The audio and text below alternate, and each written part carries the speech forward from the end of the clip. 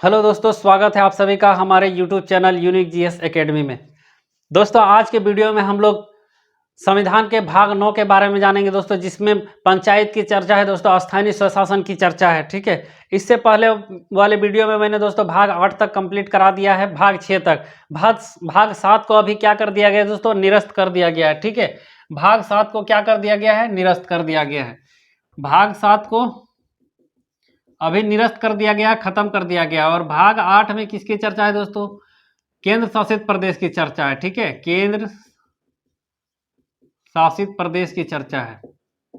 भाग 8 के संविधान के भाग 8 में किसकी चर्चा है दोस्तों, केंद्र शासित प्रदेश की चर्चा है कि केंद्र शासित प्रदेश क्यों इसलिए बनाया जाता है, भारत में कितने केंद्र शासित प्रदेश है, ये सब के बारे में जानकारी दिया गया है दोस्तों। तो ये केंद्र शासित प्रदेश के बारे में मैंने दोस्तों एक वीडियो बना दिया है कि केंद्र शासित प्रदेश क्या होता है, किस लिए केंद्र शासित प्रदेश बनाया जाता है, भारत में कितने केंद्र शासित प्रदेश हैं, इनकी क्या क्या राजधानियां हैं।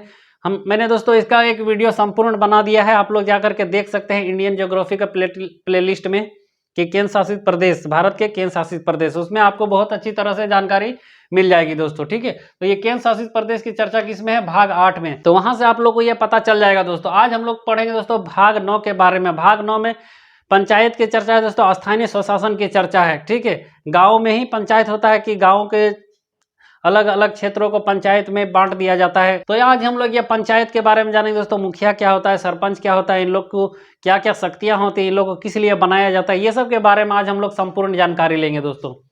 तो हम लोग को एक बात बता देना चाहता हूँ, भाग 7 को अभी खत्म कर दिया गया है और भाग 8 के बारे में हम वीडियो बना चुके हैं। ठीक है, देखिए दोस्तों, भाग 8 में किसकी चर्चा है, पंचायत की स्थानीय स्वशासन की चर्चा है। सबसे पहली बार स्थानीय स्वशासन को लागू कौन किया था दोस्तों, तो अंग्रेजी वाइसराय लॉर्ड रिपन ने लागू किया था 1882 में। ठीक है, ये लॉर्ड रिपन ने 1882 में सबसे पहले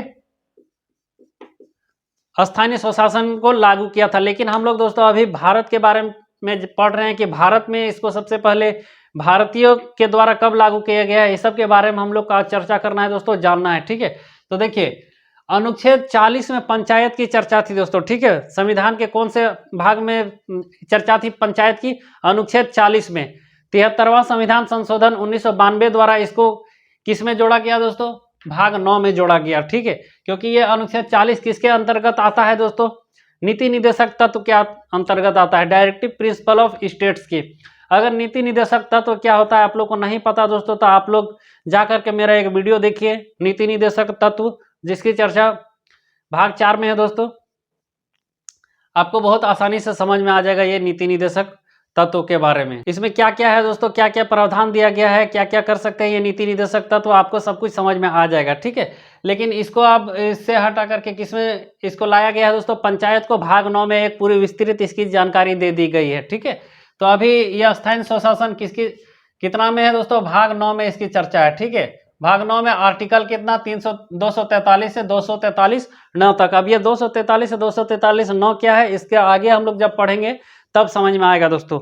ठीक है, तो हम लोग जानते हैं दोस्तों, भारत क्या है, एक बहुत बड़ा देश है। ठीक है, इसको चलाना किसी एक व्यक्ति के बस की बात नहीं है, क्योंकि जानते हैं भारत का सबसे सर्वोच्च कौन होता है दोस्तों, राष्ट्रपति। और लेकिन एक्चुअल प्रधान कौन होता है, प्रधानमंत्री होता है। ठीक है, तो प्रधानमंत्री का तो जा करके गली गली में घूमेगा नहीं। और एक राज्य का प्रमुख कौन होता है, मुख्यमंत्री होता है। मुख्यमंत्री भी है कि नहीं दोस्तों, वो पूरा राज्य को देखता है। ऐसा नहीं कि आपका गली गली जा करके घूम घूम के देखेगा कि आपकी क्या क्या समस्या है, आपकी क्या समस्या है, आपके जगह नल लगा हुआ कि नहीं, नाली बना हुआ कि नहीं।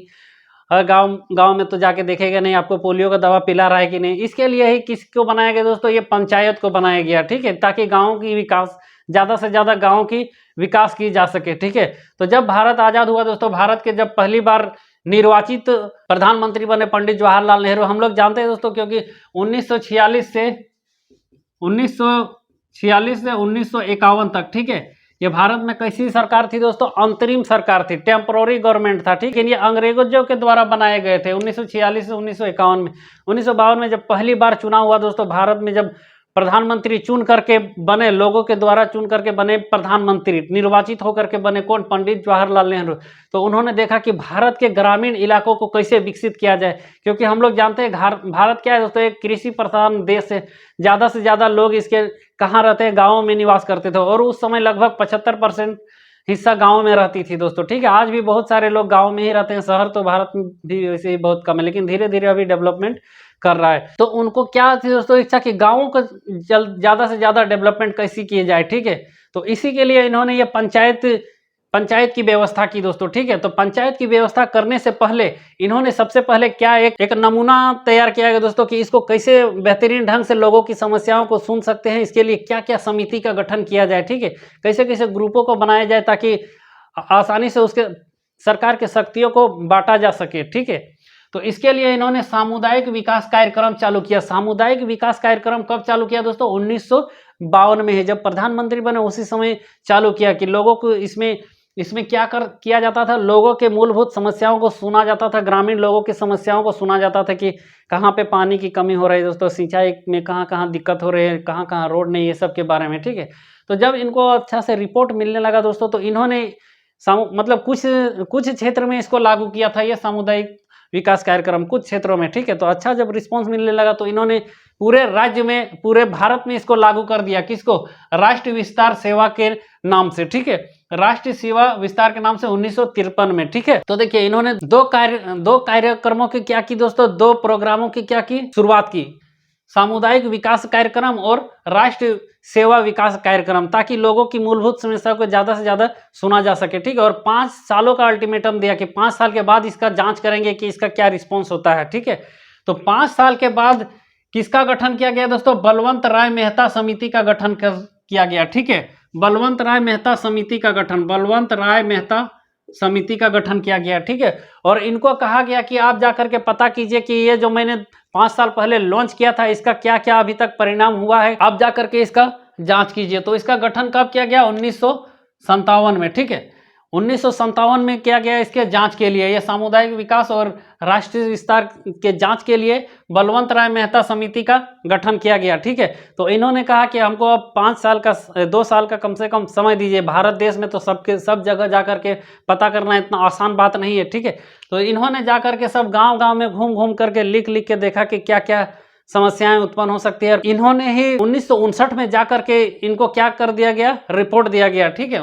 रिपोर्ट दिया कि देखिए आप तो ऐसा बनाना चाहते हैं, लेकिन गांव में भी बहुत सारा प्रोसेस है। एक छोटा सा गांव है, उसके ऊपर एक ब्लॉक होता है, उसके ऊपर जिला होता है, तो सबको एक सुचारू ढंग से चलाने के लिए आपको उसका गठन करना पड़ेगा, ठीक है। तो ये बलवंत राय मेहता समिति के सिफारिश पर ही दोस्तों सबसे पहले ये पंचायती राज सिस्टम प्रारंभ हुआ, ठीक है। और ये प्रारंभ हुआ सबसे पहले कहाँ पे? राजस्थान के नागौर जिला में। कब चालू किया गया दोस्तों? 2 अक्टूबर 1959 में। और पंचायती राज प्रारंभ हो गया सबसे पहले कहाँ पे? नागौर जिला कहाँ पे?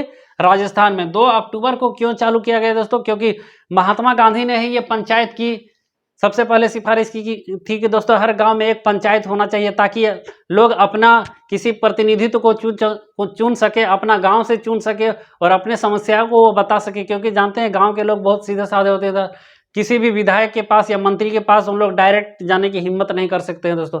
अगर उनके गाँव का आदमी कोई प्रतिनिधित्व करने वाला बनेगा तो उनसे वो अपना बात कह सकते हैं, ठीक है। इसके लिए यह पंचायत की व्यवस्था की गई। और सबसे पहला पंचायत कहाँ पे शुरू हुआ दोस्तों? राजस्थान के नागौर जिला में, ठीक है। राजस्थान के नागौर जिला में 2 अक्टूबर 1959 में। और यहीं से क्या हो गया? पंचायती राज्य की शुरुआत हुई, ठीक है। पंचायती राज्य की शुरुआत हुई बलवंत राय मेहता समिति के सिफारिश पर। तो ये सब तो उतनी इंपॉर्टेंट नहीं है दोस्तों। ये पूछा जाता है कि पहली बार भारत में पंचायती राज्य व्यवस्था कहाँ लागू की गई और किसके द्वारा लागू की गई और किसके सिफारिश पर लागू की गई, ठीक है। तो सबसे पहले कहाँ लागू की गई? राजस्थान के नागौर जिला में। किसके द्वारा लागू की गई दोस्तों? भारत के प्रधानमंत्री पंडित जवाहरलाल नेहरू के द्वारा। और किसके सिफारिश पर? तो बलवंत राय मेहता समिति के सिफारिश के द्वारा, ठीक है। ये बलवंत राय मेहता हमेशा याद रखिएगा दोस्तों, भूलिएगा नहीं, ठीक है।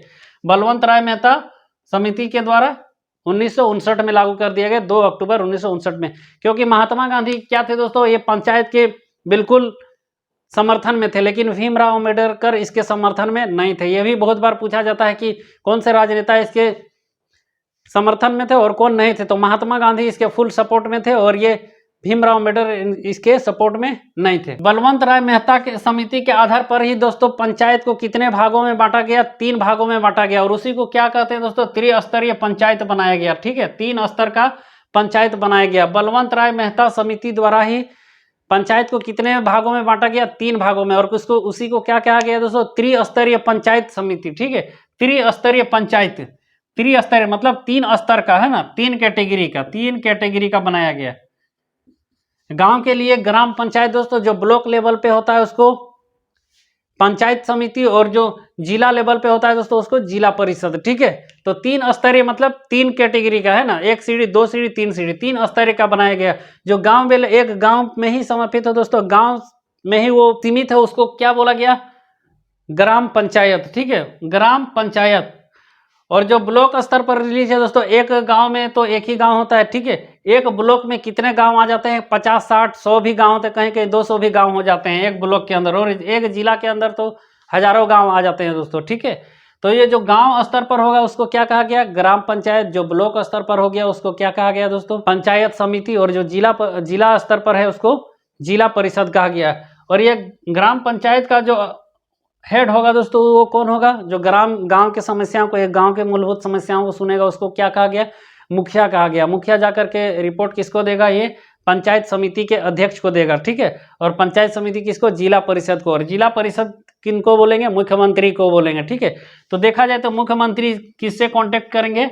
जिला परिषद के अध्यक्ष से कांटेक्ट करेंगे। ठीक है, ये प्रमुख जो होता है दोस्तों, ये बीच का मीडिएटर होता है मुखिया और जिला परिषद के बीच में। ठीक है, ये इनको अपना समस्या बताएंगे, ये इनको बताएंगे। ये समस्या सुन करके किनको बताएंगे? ये डायरेक्ट मुख्यमंत्री के कंट्रोल में होते हैं। ठीक है, ये चीफ मिनिस्टर के कंट्रोल में होते हैं। तो पंचायत को कितने भागों में बांटा गया? 3 भागों में बांटा गया। ठीक है दोस्तों, गांव के लिए ग्राम पंचायत, ब्लॉक स्तर के लिए पंचायत समिति, और जिला स्तर के लिए जिला परिषद। ठीक है, इसका जो हेड होता है ग्राम का तो वो कौन होता है? मुखिया होता है। इसका कौन होता है दोस्तों? पंचायत समिति। और पंचायत समिति के अध्यक्ष को क्या कहा जाता है? प्रमुख कहा जाता है। ठीक है, और ये जिला स्तर पर जो चुन के जाएंगे उसको क्या कहा जाता है दोस्तों? जिला परिषद। ठीक है, और जिला परिषद का अध्यक्ष जो होता है वही उसका हेड होता है। ठीक है, ये जनता द्वारा प्रत्यक्ष रूप से चुने जाते हैं दोस्तों। ये पंचायत समिति भी चुना जाता है लेकिन, और जिला परिषद भी चुना जाता है, लेकिन इसका जो अध्यक्ष चुना जाएगा, वो प्रमुख जो चुना जाएगा, वो जितने भी पंचायत समिति है वो मिल करके चुनेंगे। ठीक है, और ये जिला परिषद का अध्यक्ष जो होगा दोस्तों वो भी अप्रत्यक्ष रूप से चुना जाएगा, मतलब जिला परिषद जितने होंगे वही उन सबको चुनेंगे। तो ये आपको समझ में आ गया होगा दोस्तों। ठीक है, तो देखिए भारत में सबसे पहली बार पंचायत कब बनाया गया दोस्तों? तो 1959 में बनाया गया। ठीक है, पंचायत किसके सिफारिश पर? बलवंत राय मेहता समिति के सिफारिश पर। कहाँ पे? तो राजस्थान के नागौर जिला में। और कितने स्तर में बांटा गया? 3 स्तर में, ग्राम पंचायत, पंचायत समिति और जिला परिषद। तो ये आपको समझ में आ गया होगा दोस्तों। ठीक है, अब इसके चुनाव के बारे में जान लेते हैं। इसके चुनाव कौन करता है? तो देखिए, इसके चुनाव करने का निर्णय कौन देता है? मुख्यमंत्री देते हैं। ठीक है, कि हाँ हाँ सब अब सभी पंचायतों में इसका चुनाव किया जाए। लेकिन इसका निर्वाचन कौन करते हैं दोस्तों? करवाता कौन है? तो राज्य चुनाव आयोग। ठीक है, चुनाव आयोग मतलब राज्य निर्वाचन आयोग करवाता है। ठीक है, निर्वाचन आयोग करवाता है, राज्य चुनाव आयोग करवाते हैं। ठीक है, तो ये आपको समझ में आ गया होगा दोस्तों। ठीक है, देखिए जिन राज्यों की जनसंख्या 20 लाख से, है ना, 20 लाख से कम होती है दोस्तों, तो वहां पे सिर्फ एक ग्राम पंचायत होता है और ये जिला परिषद होता है। वहां पे ब्लॉक स्तर नहीं होता है दोस्तों। ठीक है, पंचायत समिति ये सब नहीं होता है।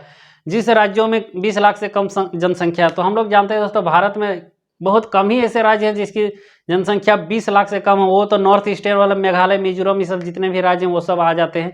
लेकिन बिहार, झारखंड, यूपी, पश्चिम बंगाल, ये सब में तो 10 करोड़, 12 करोड़, 22 करोड़ आबादी, बहुत ज़्यादा आबादी है। तो यहाँ पे त्रिस्तरीय चुनाव लड़े जाते हैं दोस्तों। एक एक्सेप्शन पूछा जाता है दोस्तों, बंगाल एक ऐसा राज्य है जहाँ पे 4 स्तरीय चुनाव होते हैं दोस्तों। ठीक है, बंगाल वाला आप लोग याद रखिएगा दोस्तों। बंगाल एक ऐसा राज्य है जहाँ पे क्या होते हैं? 4 स्तरीय चुनाव होते हैं। ठीक है, 4 स्तरीय चुनाव होते हैं। बहुत से राज्यों में दोस्तों 1 स्तरीय चुनाव भी होते हैं। देखिए 1 स्तरीय चुनाव भी बहुत सारे होते हैं। 1 स्तरीय, है ना। देखिए दोस्तों, मिजोरम हो गया, मेघालय हो गया और नागालैंड। मिजोरम, मेघालय और नागालैंड एक ऐसे राज्य हैं दोस्तों जो जहां पे सिर्फ 1 स्तरीय चुनाव होता है। बंगाल में कितने होते हैं दोस्तों? 4 स्तरीय चुनाव होते हैं। बंगाल में 4 स्तरीय। तो ये आपको समझ में आ गया होगा दोस्तों। ठीक है, ये कब इसको चालू किया गया, किसके द्वारा चालू किया गया, कौन सा समिति के, बलवंत राय मेहता हमेशा आप याद रखिए दोस्तों, ठीक है। अब आते हैं दोस्तों, देखिए ये तो त्रिस्तरीय चुनाव चलता रहा। जब 1977 आया दोस्तों, ठीक है, तो इस समय क्या हो गई, भारत में सरकार बदल गई, ठीक है। यहाँ पर तो कांग्रेस की सरकार इस समय चल रही थी, लेकिन यहाँ पे सरकार आ गई दोस्तों जनता पार्टी की सरकार, और पीएम कौन बन गए दोस्तों, मोरारजी देसाई, ठीक है, मोरारजी देसाई बने, ठीक है। पीएम उस समय कौन बने, मोरारजी देसाई बने, और उन्होंने ये क्या कर दिया दोस्तों, पंचायत का जो सिस्टम था, जो त्रिस्तरीय था, उसको 2 स्तरीय बना दिया गया। इन्होंने भी एक आयोग का गठन किया दोस्तों। देखिए यहाँ पे जैसे बलवंत राय मेहता समिति है ना, तो इन्होंने भी एक आयोग का गठन किया दोस्तों, अशोक मेहता समिति, ठीक है, अशोक मेहता समिति। अशोक मेहता समिति का गठन किया गया, और ये पंचायत को जो त्रिस्तरीय था दोस्तों, गांव लेवल का, ब्लॉक लेवल का और जिला लेवल का, तो इन्होंने क्या कर दिया, उनको 2 स्तरीय कर दिया, 2 स्तरीय कर दिया, एक गांव लेवल का और एक जिला लेवल का। ये बीच वाला सिस्टम को हटा दिया दोस्तों, ब्लॉक स्तर वाला हटा दिया। देखिए जनता पार्टी की सरकार बनी, मोरारजी देसाई जब बने, तो ये इन्होंने पंचायती सिस्टम को क्या कर दिया गया, बदल दिया, चेंज कर दिया गया। और किसके द्वारा ये कौन सा आयोग का गठन किया दोस्तों, तो इन्होंने अशोक मेहता समिति का गठन किया, ठीक है, अशोक मेहता आयोग का गठन किया, अशोक मेहता समिति का गठन किया। और जहां पे पंचायत 3 स्तर में बटा हुआ था, उसको इन्होंने 2 स्तर में कर दिया गया। गांव के लिए क्या कर दिया गया दोस्तों, 2 स्तरीय में पंचायत को बांट दिया। गांव स्तर पर पंचायत मंडल कहा गया, मंडल पंचायत, और जिला स्तर पर जिला परिषद। बीच वाला ब्लॉक लेवल वाला हटा दिया। लेकिन ये जनता पार्टी दोस्तों 1978 आते आते क्या हो गई, टूट गई, खत्म हो गई, ठीक है, सरकार गिर गई, ये टूट फूट के अलग अलग हो गई, ठीक है। तो बाद में जब फिर चुनाव हुआ दोस्तों, ठीक है, तो उस समय फिर इंदिरा गांधी जीत गए, और उन्होंने फिर दोबारा उसको क्या कर दिया गया, त्रिस्तरीय बना दिया, ठीक है। तो अभी जो भारत में प्रेजेंट सिनारियो दोस्तों, प्रेजेंट में देखा जाए, वर्तमान में देखा जाए, तो कैसी पंचायत व्यवस्था है, तो त्रिस्तरीय पंचायत व्यवस्था है। हम ही लोग का कुछ दिन पहले ये त्रिस्तरीय पंचायत चुनाव हुआ था दोस्तों, मुखिया सरपंच सबका जिला परिषद सब के बारे में हम लोग जानते हैं। तो ये क्या कितने दिनों तक रहा, ये अभी है क्या दोस्तों, ये अभी नहीं, अभी कौन सा मौजूद है, अभी यही वाला हम लोग का चल रहा है, ठीक है, त्रिस्तरीय। ये 1 साल तक रहा था, उसके बाद ये खत्म हो गया। तो आपको ये समझ में आ गया होगा दोस्तों, ठीक है। इसके अलावा भी कुछ आयोग का गठन किया गया दोस्तों। हम लोग जानते हैं कि ये पूरी तरह से संवैधानिक नहीं था, जो राज्य को मन करता था वो लगाता था, जिसको मन नहीं करता था वो नहीं लगाता था। क्योंकि ये किसका भाग था दोस्तों, ये 40 का नीति निदेशक तत्व का। नीति निदेशक तत्व मतलब राज्य सरकार के अनुरूप कार्य करेगा। अगर राज्य सरकार चाहेगी तो उसको लागू करेगी, नहीं चाहेगी तो उसको नहीं लागू करेगी, ठीक है। तो देखिए समिति, 4 समिति से ही क्वेश्चन पूछा जाता है। ये बलवंत राय मेहता समिति आपको समझ में आ गया होगा दोस्तों। इसका गठन कब हो गया था, 1957 में ही हो गया था, ठीक है, 1957 में। और इसकी गठन कब हो गया दोस्तों, अशोक मेहता समिति का गठन कब हो गया, 1977 में। 20 साल का अंतर फर्क देख लीजिए दोस्तों, ठीक है। बलवंत राय मेहता समिति का गठन हुआ 1957 में, और अशोक मेहता समिति का गठन हुआ 1977 में, 20 साल में, ठीक है। याद रखने का तरीका दोस्तों, बलवंत राय में देखिए BRM में कितने अक्षर है, 3 अक्षर है, ठीक है, इसीलिए 3 है। अशोक मेहता AM में कितने हैं, 2 है, इसीलिए ये इन्होंने पंचायत को 2 भागों में बांटा था, तो याद रख सकते हैं आप। इसके बाद एक हो गया दोस्तों PVK राव समिति, ठीक है। PVK राव समिति का गठन कब हो गया था, 1985 में। तो इन्होंने वैसा कुछ काम नहीं किया, इन्होंने सिर्फ देख रेख किया और कुछ नहीं, ठीक है। उसके बाद दोस्तों सिंधवी समिति का गठन किया गया कब, 1986 में। ये सिंधवी समिति का गठन इन्होंने क्या कहा दोस्तों, देखिए ये भारत के सभी ग्रामीण इलाकों में लागू होना चाहिए। क्योंकि जो सरकार का मन करता है वो लगा देता है, जो सरकार का मन नहीं करता है वो नहीं लगाता। इससे क्या होता है दोस्तों, मूलभूत सुविधाएं गांव के व्यक्तियों तक नहीं पहुंच पाती है, सभी व्यक्तियों तक नहीं पहुंच पाती है। तो इन्होंने इसका एक संवैधानिक उपचार बता दिया दोस्तों, ताकि संविधान में इसको लागू करना ही पड़ेगा, ठीक है। तो इसी के तहत 1993 में क्या कर दिया गया दोस्तों, 73वां संविधान संशोधन हुआ 1993 में, ठीक है। 73वां संविधान संशोधन हुआ 1993 में, और इसी के तहत इसको भाग 9 के 243 से 243 9 तक में जोड़ा गया। अनुच्छेद मतलब यहाँ पे अनुच्छेद कितने हो गए, ओ तक हो गए, लगभग 15 अनुच्छेदों में इसको जोड़ दिया गया दोस्तों। इसी के 43 के अंदर ही कितना हो गया, 15 9 तक हो गया, ठीक है। ओ अगर इंग्लिश में बोलेंगे तो कितना, इतना है ओ तक, ठीक है, 43 to 43 ओ तक, और हिंदी में बोलेंगे तो 9 तक बोल देंगे, ठीक है। तो ये आपको समझ में आ गया होगा। जब ये संविधान संशोधित हो गया दोस्तों, बिल पारित हो गया संसद में, तो उस समय ये अनिवार्य हो गया, सब राज्य में लगाना अनिवार्य हो गया, ठीक है। तो ये कब लागू किया गया दोस्तों, इसको संवैधानिक दर्जा कब दिया गया कि हाँ अब सब राज्य में इसको लगाना ही लगाना है, तो 1993 में 73वां संविधान संशोधन द्वारा, ठीक है। और 24 अप्रैल को इसको संविधान में जोड़ दिया गया, ठीक है। संविधान संशोधन कब हुआ? 73वां संविधान संशोधन 1993 में, ठीक है। लेकिन जोड़ा कब गया? 24 अप्रैल को जोड़ दिया गया संविधान में कि ये संवैधानिक हो गया। अब सब राज्य को ये मानना ही पड़ेगा, सब में ये त्रिस्तरीय चुनाव होगा ही होगा, ठीक है। और उसके बाद से कितना आर्टिकल में जोड़ा गया दोस्तों? 243 से 243 9 में, ठीक है। और कौन से अनुसूची में? 11वीं अनुसूची में। तो यह भी पूछा जाता है दोस्तों, ठीक है, कि पंचायत को कौन सा अनुसूची में जोड़ा गया है? तो 11वीं अनुसूची में। कितना से कितना अनुच्छेद में? तो अनुच्छेद 243 से 243 9 में, ठीक है। अगर इंग्लिश में पूछा जाए तो 243 टू 243 ओ तक में, ठीक है। कौन से अनुसूची में? 11वीं अनुसूची में। और इसमें कितने बातों को जोड़ा गया दोस्तों? 29 प्रावधानों को जोड़ा गया, ठीक है। 29 कार्यों को जोड़ा गया, ठीक है। गांव में सिंचाई कैसे किया जाए, गांव में नाली किस तरह से बनेगा, साफ सफाई कैसे किया जाएगा, हेल्थ की व्यवस्था कैसे की जाएगी दोस्तों, ताकि हर ग्रामीण को वो सुविधाएं मिल सके। कुछ मूल सुविधाएं जोड़ी गई, तो वो सब तो नहीं पूछता है दोस्तों कि इसको संवैधानिक दर्जा कब मिला? तो संवैधानिक दर्जा मिला दोस्तों 24 अप्रैल 1993 में। और कौन सा संविधान संशोधन द्वारा इसको जोड़ा गया? तो 73वां संविधान संशोधन 1993 द्वारा इसको जोड़ा गया। ये बहुत बार पूछा गया है दोस्तों। कौन सा अनुसूची में जोड़ा गया? 11वीं अनुसूची में। कितने बातों को जोड़ा गया दोस्तों? कितने कार्यों को जोड़ा गया? कितने प्रावधानों को जोड़ा गया? तो 29 प्रावधानों को जोड़ा गया। तो आपको ये समझ में आ गया होगा दोस्तों, ठीक है। अगर यहाँ पे बात की जाए दोस्तों कि सबसे पहले ये पंचायत कौन सा राज्य लागू किया था, तो ये देखिए पंचायत सबसे पहले ये राजस्थान लागू किया था, ठीक है, 1959 में ही। उस समय क्या ये दोस्तों संवैधानिक था? नहीं था। लेकिन अगर संवैधानिक होने के बाद पूछा जाए कि संवैधानिक बन गया 1993 में, उसके बाद सबसे पहले लागू कौन किया? तो सबसे पहले लागू किया दोस्तों कर्नाटक, ठीक है, मध्य प्रदेश, सॉरी, सबसे पहले लागू कौन किया? मध्य प्रदेश लागू किया, ठीक है। दिल्ली में कोई पंचायत नहीं दोस्तों, क्योंकि दिल्ली में कोई गांव नहीं है, ठीक है। वहां पे केस मेयर वगैरह का चुनाव होता है, पार्षद का चुनाव लड़ा जाता है, ठीक है। दिल्ली में क्या है दोस्तों? कोई पंचायत नहीं है। तो ये आपको समझ में आ गया होगा दोस्तों, ठीक है। अब जानते हैं दोस्तों कि ये पंचायत का सदस्य बनने के लिए आयु कितनी होनी चाहिए, आयु कितनी होनी चाहिए, इसका कार्यकाल कितना को होता है, ये सब के बारे में जान लेते हैं दोस्तों, ठीक है।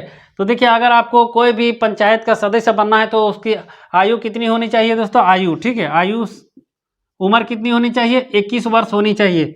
अगर आपको विधायक बनना है, एमपी बनना है तो 25 वर्ष होनी चाहिए। और पंचायत का कोई भी सदस्य बनना है, या मुखिया हो गया, जिला परिषद हो गया, पंचायत समिति हो गया, कुछ भी बनना है तो आपको कितनी आयु होनी चाहिए? 21 वर्ष आयु होनी चाहिए। इन लोगों का कार्यकाल कितने वर्षों का होता है दोस्तों? 5 वर्षों का होता है, ठीक है, 5 वर्षों का होता है। इसमें कुछ आरक्षण की भी चर्चा है दोस्तों। महिलाओं को कितनी आरक्षण दी गई है? 1/3 दी गई है, लगभग 33%। ये सीट जितने भी पंचायत के चुनाव होंगे दोस्तों, उसमें से 33%, लगभग 1/3 हिस्सा महिलाओं के लिए आरक्षित है। लेकिन कुछ ऐसे राज्य हैं दोस्तों जो इन्होंने आरक्षण को बढ़ा दिया, जैसे बिहार में ये कितनी है दोस्तों? 50%, ठीक है, 50% है।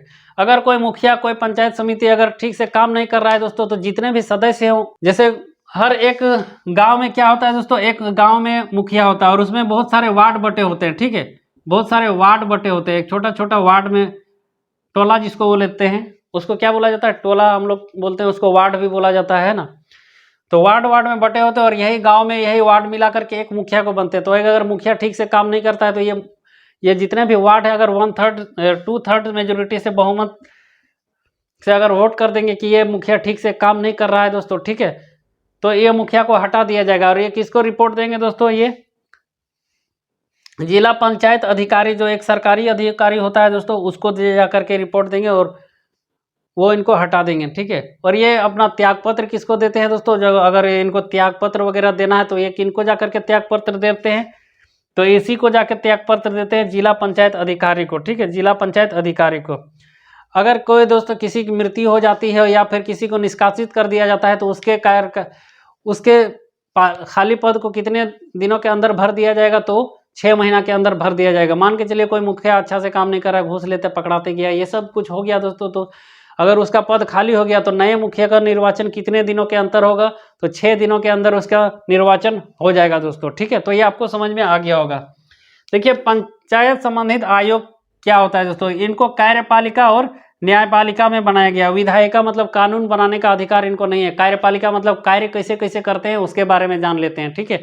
तो देखिए, सबसे कार्यपालिका मतलब गांव के किससे कैसे कार्य होगा दोस्तों, गांव को डेवलप कैसे कैसे किया जाएगा। तो छोटे से छोटे, जो सबसे छोटा सदस्य होता है दोस्तों जिसका, तो वो एक क्या होता है, वार्ड होता है। हम लोग जानते हैं गांव में वार्ड होता है दोस्तों, वार्ड में बंटा जाता है, ठीक है, वार्ड में। और यही वार्ड मिल करके एक गांव, एक मुखिया होते हैं, ठीक है। बहुत सारे वार्ड मिला करके क्या होता है दोस्तों, ये मुखिया पूरा गांव का हेड होता है, और वार्ड अपने टोला का होता है दोस्तों, अपने मोहल्ला का होता है। मोहल्ला बोलते हैं ना, मोहल्ला, तो वो अपने मोहल्ला का हेड होता है। तो यही जो वार्ड होते हैं वही मुखिया को बताते हैं कि मेरे गांव में नल की जरूरत है, मेरे गांव में नाले की जरूरत है। तो वही वार्ड जाकर के मुखिया को बोलते हैं। मुखिया किसको जाकर के सिफारिश करते हैं, पंचायत समिति को, और पंचायत समिति किसको, जिला परिषद को, और जिला परिषद किसको करते हैं, मुख्यमंत्री को। तो मुख्यमंत्री फिर वहां से पैसा भेजते हैं जिला परिषद के पास, उसके बाद वो ब्लॉक में आता है, ब्लॉक के पास फिर मुखिया में आता है दोस्तों। तो ये आपको समझ में आ गया होगा। वार्ड सदस्य होता है, मुखिया होता है, पंचायत समिति, जिला परिषद। उसके बाद न्यायपालिका होता है दोस्तों, ठीक है, जो गांव के छोटे मोटे केस को सुलझा देते हैं, छोटे मोटे लड़ाई झगड़े को सुलझाते हैं। कौन से, पंच होते हैं या फिर सरपंच होते हैं। जो काम करेंगे वो न्याय कार्यपालिका में आएंगे, जो न्याय करेंगे वो न्यायपालिका में आएंगे। न्यायपालिका में कौन होता है दोस्तों, एक पंच होता है और एक सरपंच होता है। तो यह आपको समझ में आ गया होगा दोस्तों ग्राम पंचायत के बारे में, स्थानीय स्वशासन के बारे में क्या क्या होता है। अगर आप इसका एक स्क्रीनशॉट ले लीजिए दोस्तों। आई होप दोस्तों आप लोग को ग्राम पंचायत के बारे में सब कुछ जानकारी मिल गई होगी और सब कुछ बहुत आसानी से समझ में आ भी गया होगा। और नहीं भी आया तो दोस्तों दोबारा आप देख लीजिए ताकि आपको आसानी से समझ में आ जाए। थैंक यू दोस्तों।